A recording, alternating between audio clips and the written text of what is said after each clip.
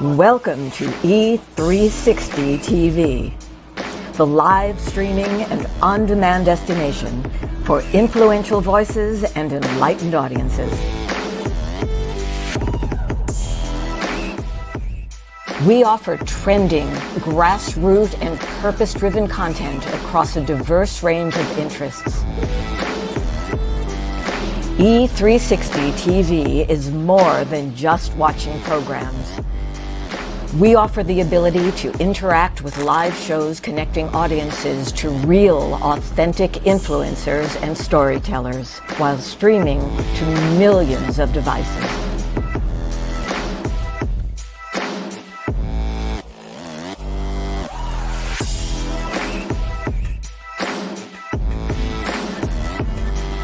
Real experiences.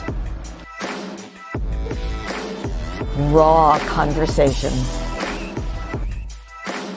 One destination for it all. E360 TV. On July 4th, 1962, I found myself in the lost and found of mankind. Just because something finds its way to the lost and found doesn't mean that it wants to be there. Just because something finds its way to the lost and found doesn't mean that the person who lost it doesn't care for that lost item. You are writing moments that people will learn from, grow from, and heal through for thousands of years. Together, we are co-authoring a unique moment in time. That DNA, those fingerprints, they're going to be gone. Ashes to ashes, dust to dust. But it is your story that they will tell for thousands of years, but only if you leave it. Things that do not serve you must go. The longer you wait, the more time you give them to trick you into serving them. 22 homes in foster care, everything I wore as a scar, as a shame, things that started like Velcro on my spirit. After just a few months, then years, then decades, I had believed myself into believing that they were indelible tattoos. Sometimes we have to be broken down to appreciate the view once we start getting up. I want you to leave this place and know that you have been changed. Why? How do I know it's true? Because each of you has just changed.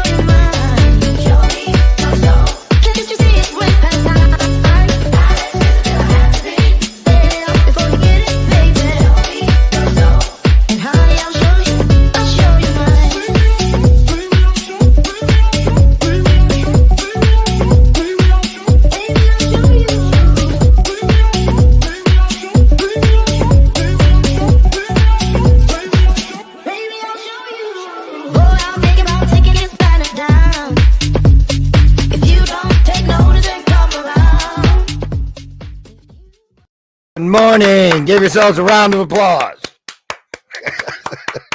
Good morning, everybody. Welcome to today's episode of Bathrobe Moments. I'm your host, Lauren Michaels Harris, and I'm so excited to be here with you. It is Thursday, the 20th.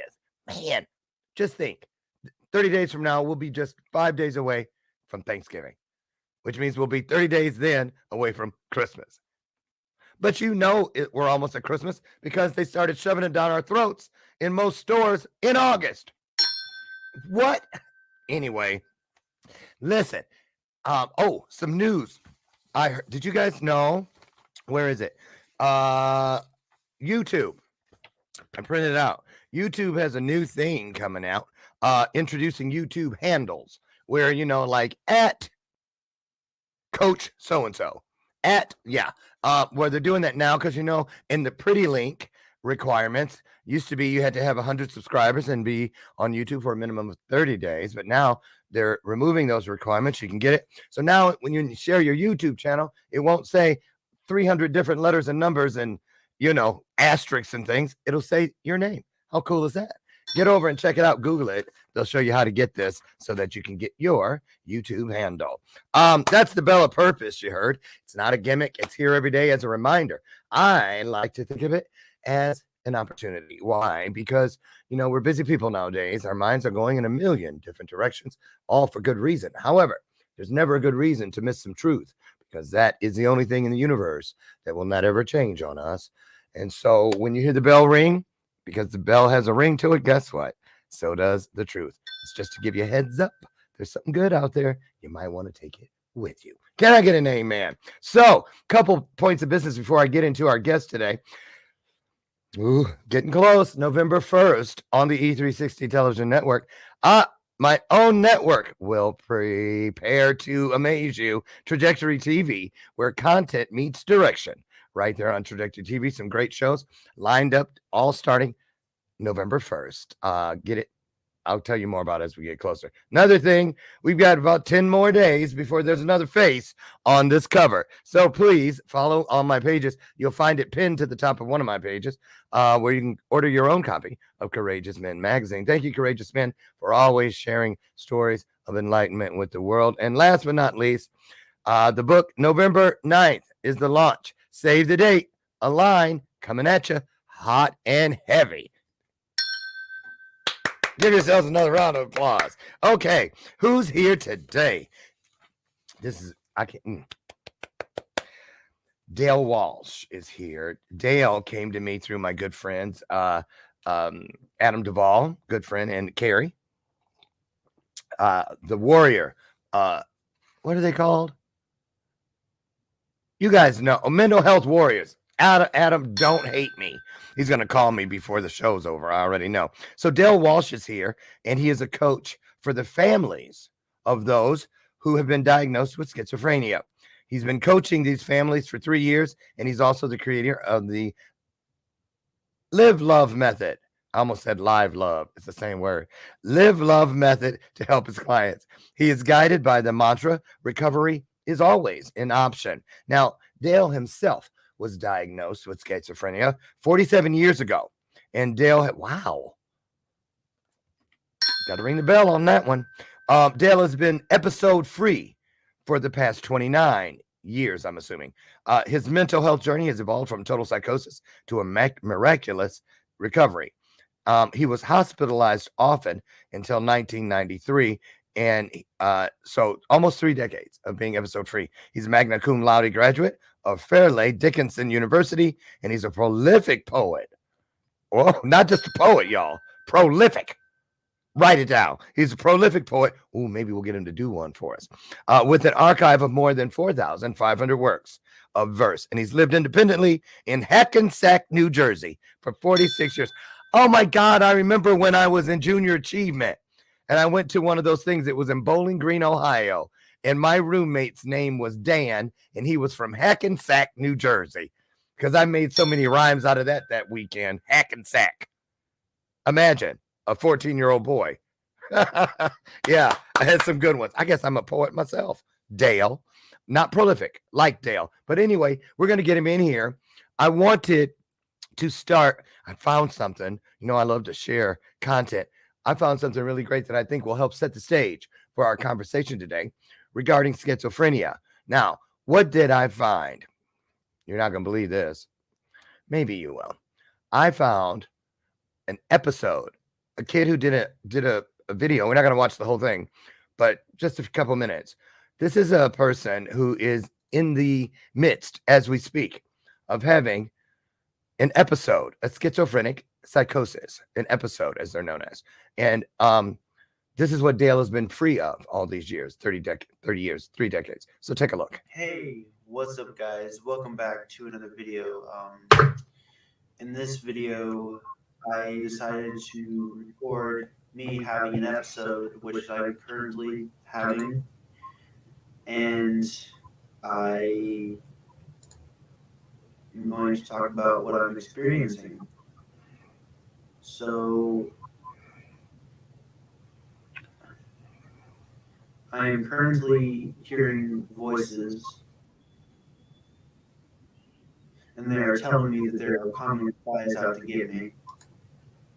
I've not checked the windows like I normally have because I'm trying to fight it and not like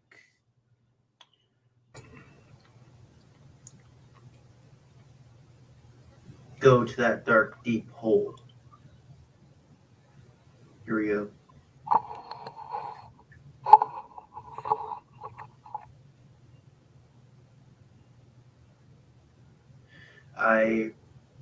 Okay, so there's one voice, it's a man telling me to turn off the recording software and stop recording.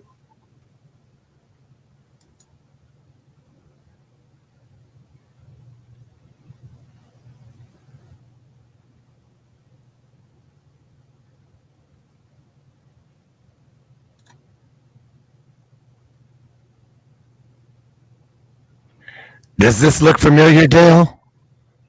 Well, actually, Before I started recording, Hold on. I'm kind of fading in and out of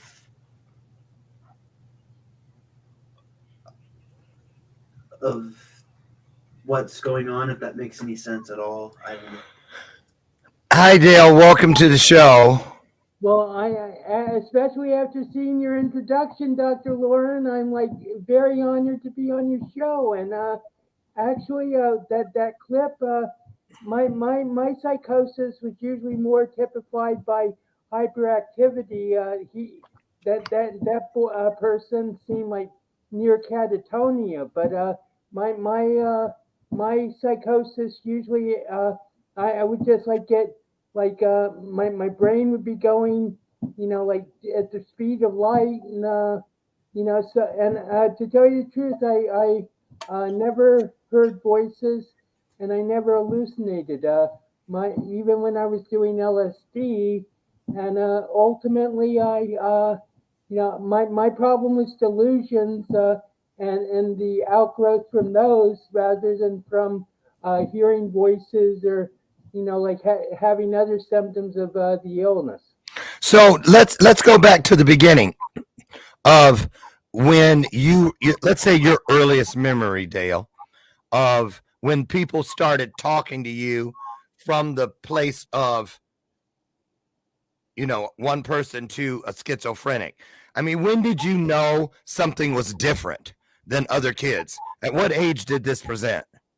Well, actually, that's a very good question. But yeah, I was always like the shortest kid in my school, or at least in my grade, till the age of 17 when I was on the school year abroad program. But people, I would hear people say to me, because I was so short, people would say, you aren't your age, and they would also say, that guy's weird, and everything, but it never really affected me. But what happened was I was at Dartmouth College for my freshman year, and so I had a very successful academically freshman year, but I was getting more and more into drugs.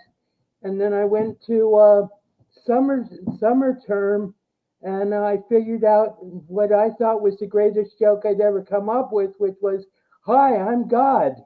And then I would see how long it was before I burst into hysterical laughter, because how could God be 5'8"? So one thing led to another, and the campus cops came in and asked me if I was Dale, and I said yes, and they said, would you come with us? So I figured they were going to take me to meet the president of the university, but instead they took me to the infirmary where I was interrogated by 3 sets of Ivy League psychiatrists for 4 hours. Then they put me in a room, gave me a shot, and 2 days later I was in a mental hospital in New York City with a roommate named Gabriel. Wow. So, okay, so wait. Okay, so that happens. You're a freshman in college, so your parents were notified, get here, I'm assuming. Well, actually, the ironic thing was my stepfather, who was my real father, I mean, he adopted me. And Oh, okay. But basically, he was being inaugurated as the president of the American Bar Association when all this was happening at Dartmouth. So they kept me at Dartmouth for like an extra 2 or 3 days. And then they got 2 fraternity guys to drive me down to New York City to my parents. And the next day I went to a hospital. I didn't know it was a hospital, but I met with the doctor and he said, could you sign this? It was a voluntary admission. And I looked at my mother and she said, sign it. So I did. And my parents got up, went left, and I went left to follow them. And the doctor said, no, Dale, you come with me. So I went to a locked unit for 13 weeks. For 13 weeks. And then I Wait, because that's a good intersection right there. You see, you're used to all this, Dale. You lived it. But for us, we're like, wait a minute. And I know right now I want to peek into the first night. Okay? So I want you to try right now. I don't know. It probably isn't that difficult. Take us back to that very first night in the lockup. When it's time for bed, walk us through it. What was it like? What did you hear? What did it feel like? What were your fears? That sort of thing. Do you remember? Well, that's a great question too. I don't really remember the first night. I mean, I remember meeting Gabriel. He was like this like Brazilian mystic type of guy. He had like a beard down to here, and he had like a cloth that was filled with crosses and everything. And and actually he was in there because he had a brain tumor and they removed half his brain and he went psychotic because of it. So my impression was the thing about LSD is the motto is go with the flow. And I was just going with the flow of my God joke and seeing where it took me. I had like absolutely no idea where it would take me, but I was, I was at peace basically. I didn't have any great fears or anxiety. It's just like, okay, well, this is the next phase of my life, and we'll see where it goes from there. So, Dale, what year was this? 1975. 1975. Okay. So what was the opinion of the world, or at the time? How did people look at that diagnosis, schizophrenia? Because now, you can meet people all day long and they'll say, oh yeah, I have a coaching client that's bipolar schizophrenic, and he can say it, and it's like, to me anyway, oh, so anyway, do you play golf? No big deal. But back then, if you were to tell people, or people were to find out you had schizophrenia, what was the reaction in the world at that time? Well, to be honest, it took me 7 years before I actually found out what my diagnosis was. But when I was in the hospital, I said to my doctor, his name was Dr. Cohane, and I called him Cocaine Cohane. So, but I said, why am I in here? There's nothing wrong with me, which is a classic symptom of a mental illness called agnosia. And he said, well, if you broke your leg, Dale, you'd come into the hospital, right? And I said, yes. And he said, well, you broke your brain. And that like self-stigmatized me for 30 years, because back when I was hospitalized, the feeling was that schizophrenia was a hopeless diagnosis, and there was basically all you could do is hope that you could like learn coping skills and live in supervised housing for the rest of your life. Right. I remember reading about that, doing some research a couple years ago, that like 30s, 40s, even some in the 50s, that kind of diagnosis could get you committed. Well, I voluntarily entered the hospital, so No, but I'm saying prior Right. to. I mean, it wasn't the kind of thing that people took lightly. right. So Well, let's talk about, what do you know, Dale, as far as some of the things, because you're an advocate for awareness. So and also a coach, and a prolific poet.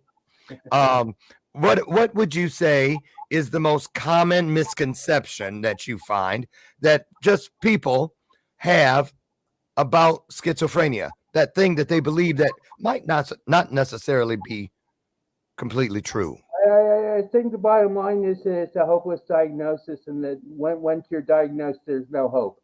Which gets back to my mantra about recovery is always an option.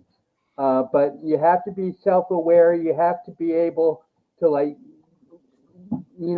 have a sense of humor about it, and say, be able to laugh at yourself and say, well, this is my illness speaking and everything. And a lot of schizophrenics never gain that type of insight. So, in answer to the question, I think the biggest myth is that once you're diagnosed with schizophrenia, there's no hope, and you might as well just write off your life, because Yeah, I'm a living example that that's not true. that's not true. Amen. So Dale, what is the so schizophrenia, help me understand. Can it be like inherited? Can you be born with it, or can you make it? Because I'm thinking, with your reference to the LSD use, that it led to having schizophrenia. So can you get schizophrenia, or are you born with schizophrenia? Well, that's been a debate in the medical community for 75 years, Dr. Lauren.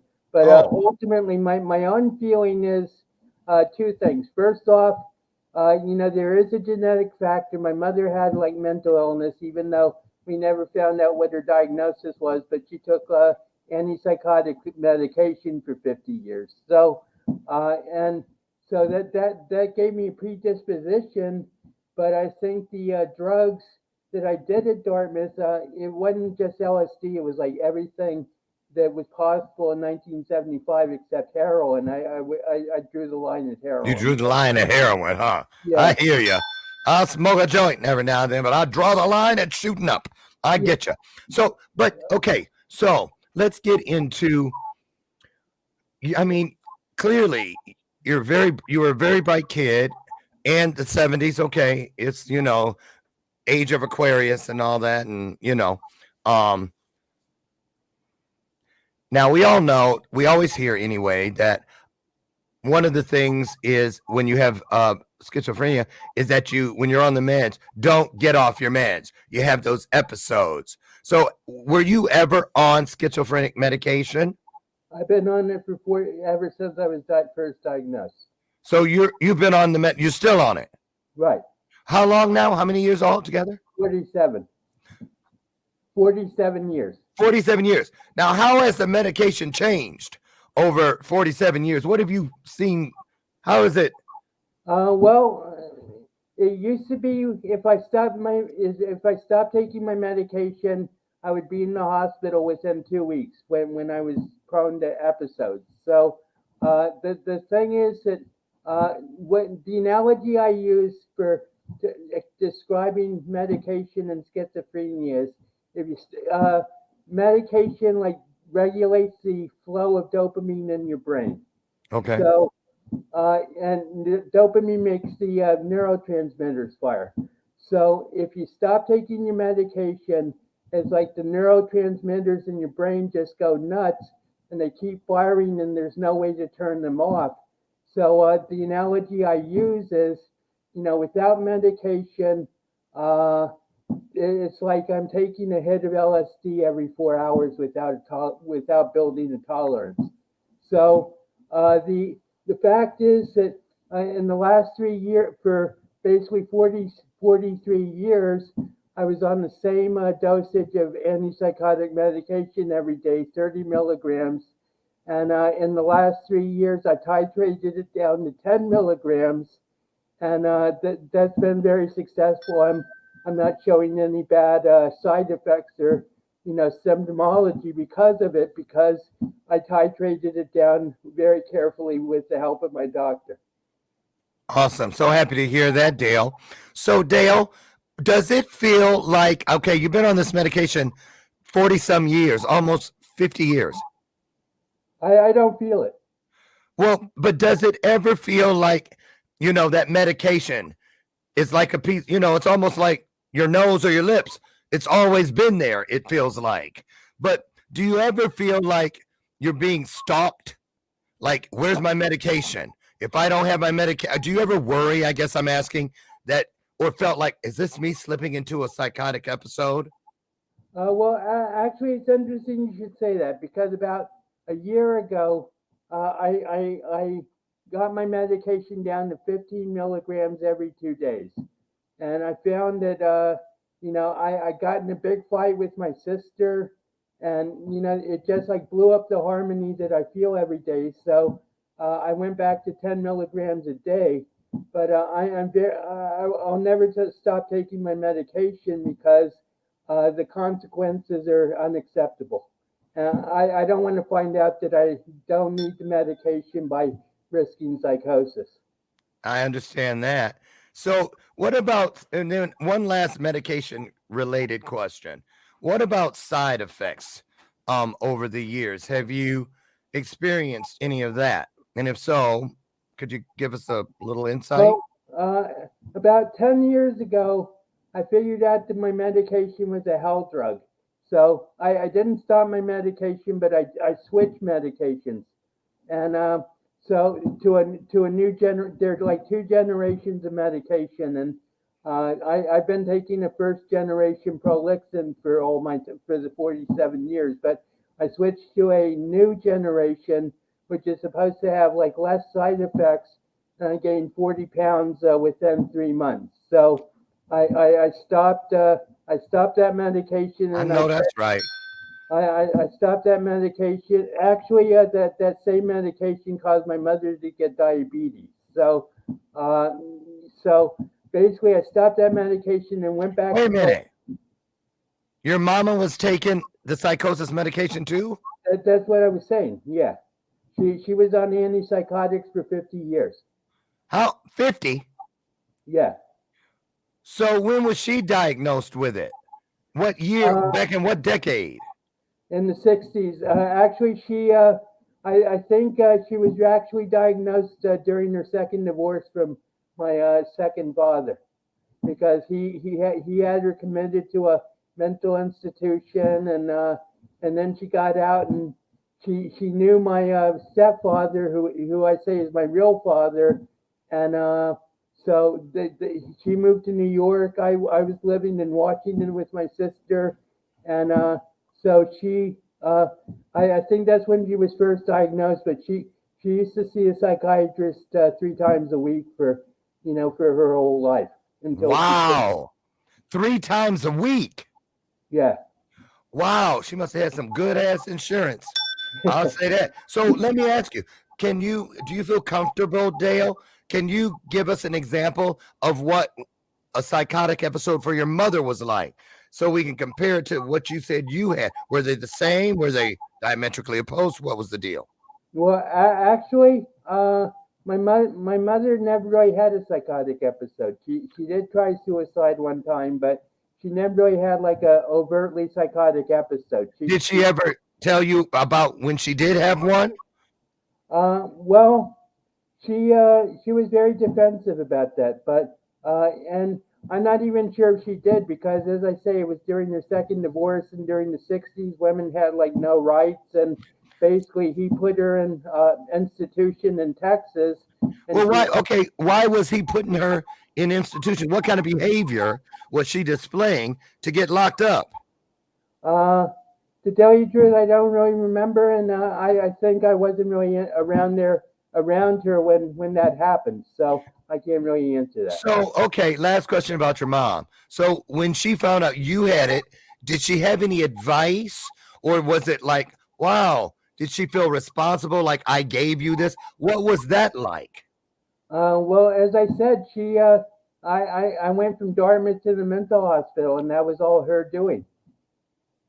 As soon as I got sick at Dartmouth, she talked to her doctor, and he arranged to have me admitted to the hospital. So, I was treated immediately, and I've often thought that it was unfair looking back, but she did the best that she could, and I have no anger or resentment towards her because she did what she knew. What she knew, right. And she probably, I would think, was a little bit afraid for you because of her own experiences. So she tried to, yeah, I get it. Now, what about, you mentioned a sister, Dale. How many siblings do you have? My sisters are like an Olympic event, Dr. Lauren. There's 3 halves, 2 steps, and 1 reel. Oh, wow. Okay. So your biological sister, the one, any schizophrenia in her backyard? No, she was a successful lawyer in Washington, and she's been in Montana for 30 years. She had her own arts and crafts store in Montana for like 25 years. She sold that, and now she's happily married to an artist in Montana. Yay. Now, what about you? Tell us about your life, Dale. We know that you're a coach, and I find that very interesting. You don't coach fellow schizophrenics. You coach the families of schizophrenics. Talk about that.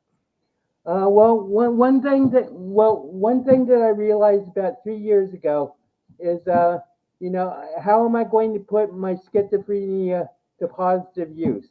And I was thinking about how much hell I put my family through, and I said, you know what? The patient, I hate this word, but the patients don't need my help. I'm sure there's a place for peer counseling and everything, but the patients have their teams, they have their doctors, they have their social workers, they have their psychologists, but the families sometimes the schizophrenia blindsides everybody, and the damage to the family, not only in terms of like dealing with the schizophrenia itself, but like the social dynamic of the family can be like radically changed because of the schizophrenia. So, I said I call the families of schizophrenia the forgotten victims of mental illness, because nobody thinks about them, and there are HIPAA laws preventing people from like finding out what's going on with their loved one and everything. And so I decided to dedicate myself to helping the families. Interesting. Listen, we're going to take just a brief break, just 1 minute. And when we come back, I want to talk to our guest today, Dale Walsh, about some of the issues that bring his coaching clients, i.e. the families of schizophrenics, knocking at his door. What is it? What kind of relief? What kind of understanding are they seeking? And how long does it take for them to find it? That and more when we return. Great time to share out the broadcast. Don't go away.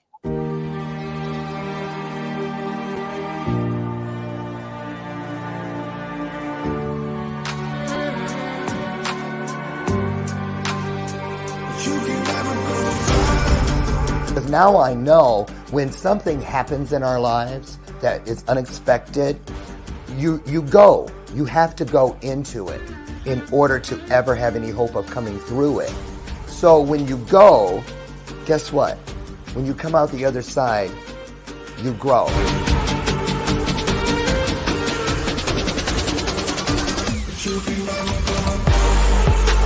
Brought out more in me than I thought that I didn't even know that I had. That has given all of us a great hope for what we can do with our own messages, our abilities to deliver, but most importantly, to deliver it in an authentic and very, very intriguing way. Have you ever been in something or felt something where the only way you felt you could deal with it was to leave, get away?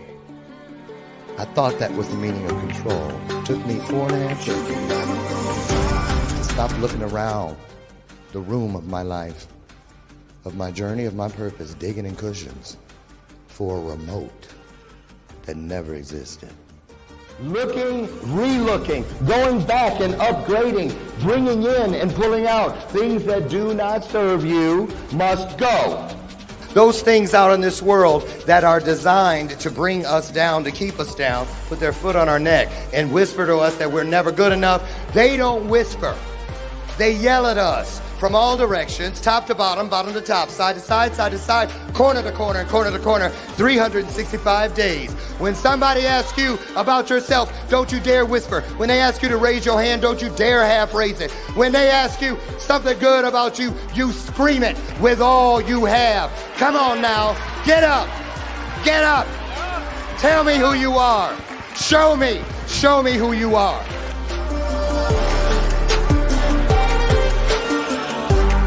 Greatest truth of all, that not everyone has to remain lost.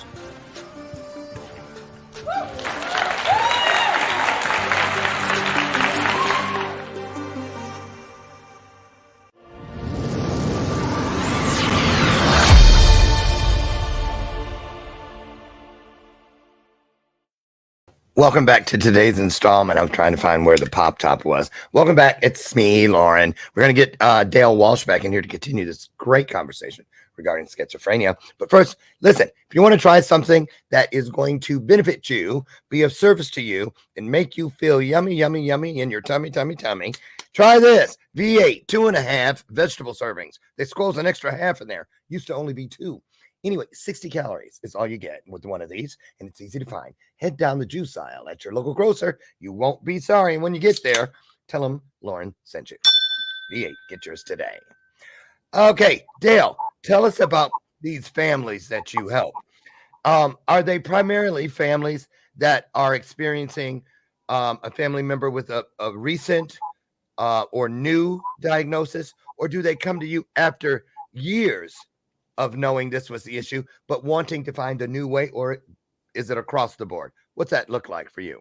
Well, I'm still in the process of building my audience, but most of my experience has been people who have been dealing with this for like, I have like had recent like diagnoses, and those are pretty intense because people like are in crisis. They don't know what to do.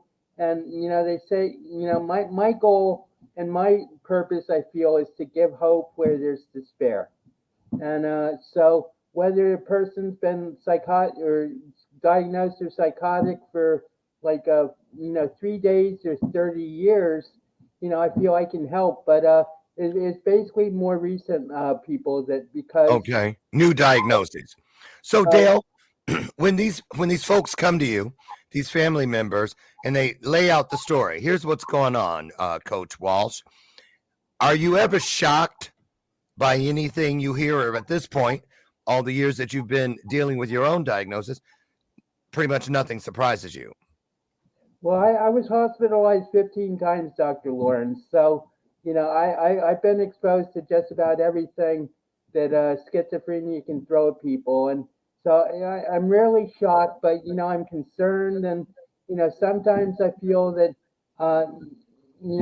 this is pretty rare, but, sometimes I feel imposter syndrome or inadequate to like be able to help them. But, I stick with it and just go with the flow and use my experience with my own illness and the things that I've observed in other people in like the hospital and life and everything, to like, gauge how serious the illness is, and also to help them, have coping methods. I mean, like whether it's meditation or, or ways to dialogue with their loved one, or, or just ways to, understand the illness, because schizophrenia is very complex and every case is different. I mean, that's the bottom line. So even though, for instance, as I said, I've never heard voices, but that's a big symptom on a lot of people.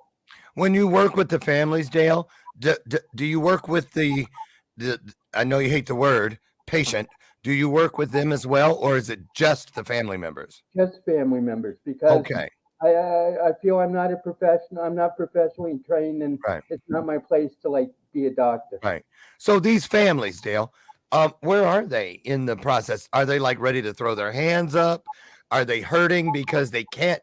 They feel helpless and hopeless as far as helping their family member. What is it that they actually are seeking from you? Well, I think they're seeking. I think they're seeking an escape from their feeling of overwhelm, and also a feeling of hope, and just like trying to find something to hold on to that they don't sink into despair.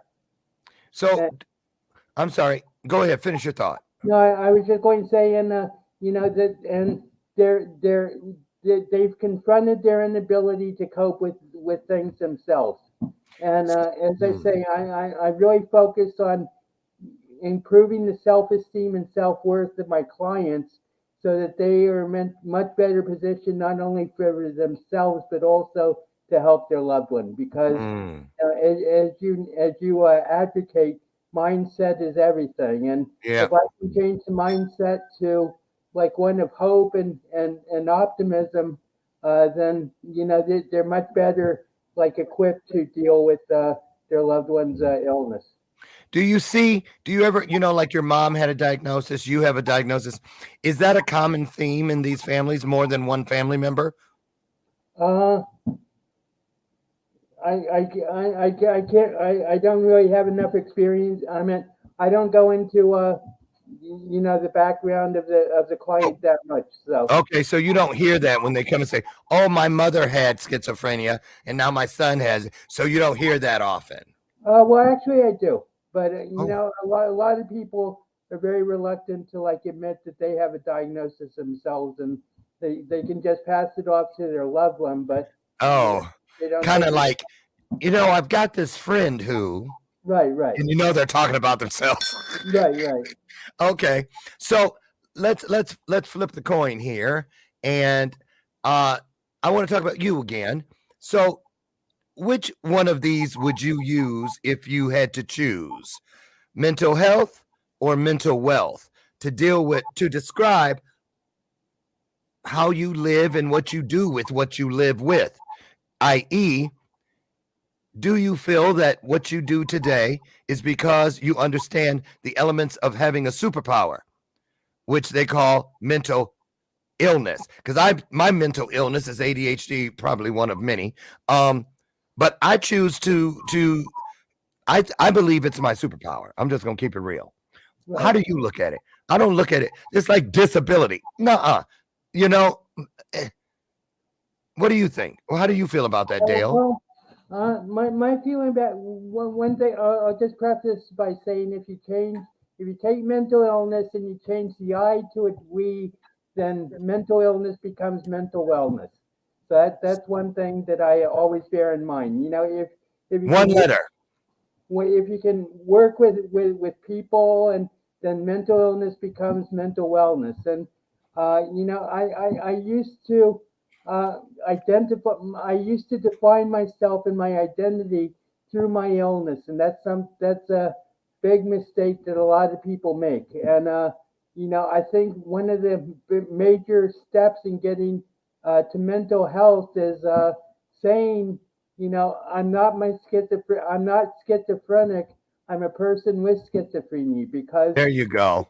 The personality gestalt is like so great that the schizophrenia can be dominant, but it's also like a minor factor of your whole personality. Absolutely right. Dale, what about this one?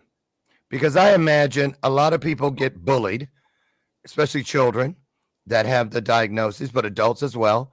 Let's talk about the stigma associated with the diagnosis schizophrenia. And let me ask you something. I have yet to hear you add the bipolar part. Is there a difference? Bipolar schizophrenia or schizophrenia? Well, I actually have. I came up with the joke to distinguish the difference. It's, you and your jokes, you kill me. You probably should. I think you have another career ahead of you. So the joke is, what's the difference between a paranoid psychotic and a manic bipolar. A paranoid schizophrenic does to other people what a psychotic paranoid goes in and out of reality, whereas a bipolar goes up and down in reality. And that's how you see it. Right. I meant, the trademark of schizophrenia is psychosis, which is being out of touch with reality. And, however you define reality, I meant that's one thing that I've like broadened my understanding of with time. But basically, schizophrenia takes you out of reality, whereas bipolar, you're basically in reality, but you're just going up and down from depression to mania. Okay, got it. One goes in one direction, the other goes in another. Right. I get it. Great way to explain it, Dale. I see why you're so good. So, what about the differences in mental illnesses? Like, for instance, ADHD. I don't know. When I was a kid, they didn't really call it that. They just said I was hyper. Right. But it really, even then, it wasn't really much of a stigma. I wasn't like, oh my God, I'm hyper. No. But why do you think there are certain mental situations that carry a deeper burden of stigma than others? Is it because of lack of understanding, lack of awareness? What do you think, Dale? Well, this brings up an interesting point, which I say there are two types of stigma, basically two types of stigma. There's social stigma, which is, what society judges you to be, but there's also personal or self-stigma, and that's the thing that's really destructive because, the stigma that you put on yourself is what prevents you from recovery. Because, as I said, for 30 years, I identified myself as a schizophrenic rather than a person with schizophrenia, and that like dominated my whole perception of the world and my whole mindset and everything. So and the fact is that you tell people you're schizophrenia and they get scared because the media is prejudiced people against schizophrenia. But the bottom line, I mean, there are violent schizophrenics, but the bottom line is that it's been statistically proved it's much more likely that someone in psychosis will have violence perpetrated against them rather than perpetrate violence themselves. Dale, you're just the Encyclopedia Britannica today. And I just want to say at this point, you really, truly encourage me and inspire me to keep doing everything I do, because you've shown me a face of mental wellness that I didn't really even, you know what I'm saying? I'm kind of stuck right now. I'm feeling some kind of way, but I just want you to know, I, for one, am very proud of the work you're doing. I did a lot of looking into it, and it's a road not very crowded as far as people doing what you do. And so I think that is, let's talk about that. That's a great place to go. We got 6 minutes left. Let's talk about your legacy, why you do what you do, because you could have gone quietly into the night, having managed this situation for 50 some years, but you chose instead to just put it all out there for the world to see. Let's talk about transparency, vulnerability. How important is that to recovery? It's extremely important, Dr. Lauren, and what the thing is that I'm sort of like under some sort of inner like divine compulsion to speak out, because I'm very aware of the schizophrenic situation, and I want to be the poster boy or the spokesperson for schizophrenic recovery, because I feel that, as I say, recovery is always an option, and the fact is that most schizophrenics can't don't have the capacity or the will to like enlighten people about the illness. And so I feel that my mission is to really speak out for schizophrenics, for those with schizophrenia, so that they can be understood rather than just shunned or denigrated. Let me tell you how you've helped me. I'm glad you're here today for a number of reasons, but for the first time in a long time, because my ADHD, you know how you talk about how you have to fight the things that happen, you know, the urgings of whatever your mental illness or whatever that you want to call it for yourself. I just say my superpower. When my superpower is working, my ADHD, if you notice, you're talking and stuff, people probably look and go, he's not a very attentive host, because I'm over here. I just noticed a wet circle on the Bell of Purpose platform, right? See that little circle thing? I was trying to scrub it off. Well, and look, now I had to tear a coaster out of a paper towel. That kind of stuff that people see. Usually I'm fighting it. Pay attention, Lauren. Pay attention, Lauren. And I just want to say that as we get to the end of this interview today, so that people understand for themselves and how to understand others that may be going through it, that, you know what, when you approach things, you said it all many times today, you referenced mindset. I just have to say it's okay to be okay. And I need to do those things to be okay.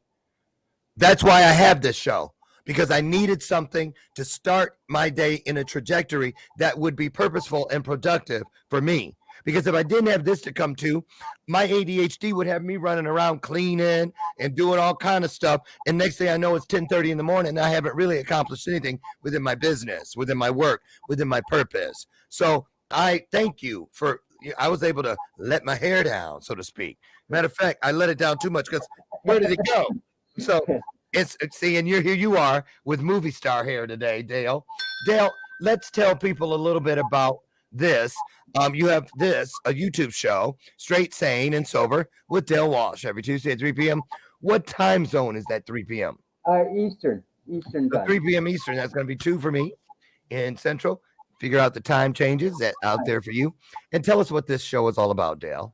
Well, actually, it's under the umbrella of the, you mentioned Adam Duvall and the Mental Health Warriors. Who? Adam Duvall. Hi, Adam. So as you can see on my name, it says Poetic Warrior. That's my mental health poetic warrior name. So, but basically, Adam has like a mental health TV network, which has like anywhere from like 6 to 10 shows a week, where we discuss mental health issues, and I have a like very free flowing situation. I've had people, parents of of those with schizophrenia. I've had addiction. I've had like doctors. And I'm very proud of my work. And people People tell me that my interviewing skills have like grown exponentially, since I've been on the show. And I saw that that statistic at the beginning that 98% of people fear public speaking. Well, I'm the opposite. I crave public. Can't get enough. Yeah. Right. But listen, what about this one? Do live love. I always want to say live. Do live love. Tell us about that.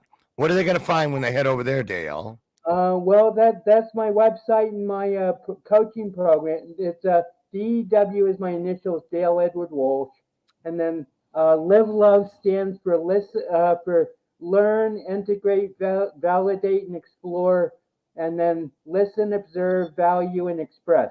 And those are the 8 steps of my program. And I'm still in the process of.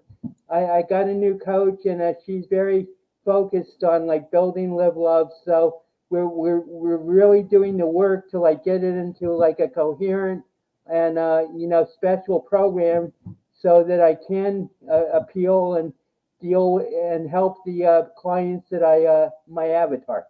That's awesome. Dale, I want to thank you so much for being so courageous, not just in coming here today and sharing your story, but what you do every day to keep the story relevant. I think that's really important. And if more people did it, we'd be living in a much more understanding world. So, amen to that. put it on the screen in the comments. Let's give Dale a round of applause. Throw some hearts on the screen. Listen, Dale, again, you're welcome back anytime. You guys make sure you tune in to the show that Dale mentioned. And listen, get out there today and be your best version. That means get out there, follow the 4 agreements. Know what it is you're manifesting and just put it out there. You'll be surprised, maybe, maybe not, but it will come. Just wait on it. Do your best. And what is greater than us all will take care of the rest. And that's a problem for those who don't do it, right? So listen, I want you to join me tomorrow morning. It's going to be a hot show. Bring a fan, some cool cloths to dab yourself. Salenta Fox is here, and she is a sex counselor, and it's all about the S, the E, and the X on our Friday edition of Bathrobe Moments. So hope to see you here. Dale, again, thank you so much, and thank you. You all get out. Be spectacular. I love you with everything within me, and there ain't nothing you can do about it. I'll see you tomorrow. Bye-bye.